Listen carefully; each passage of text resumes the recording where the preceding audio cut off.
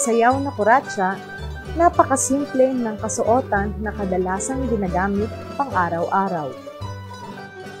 Ang mga kababaihan ay nagsusuot ng kimona, isang maluwang na blusa na may mga burda, na maaaring gawa sa maselang tela o di kaya'y cotton.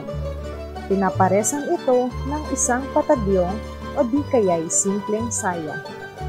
Ang mga kalalakihan naman ay nagsusuot ng isang kamisa at anumang kulay o uri ng pantalon.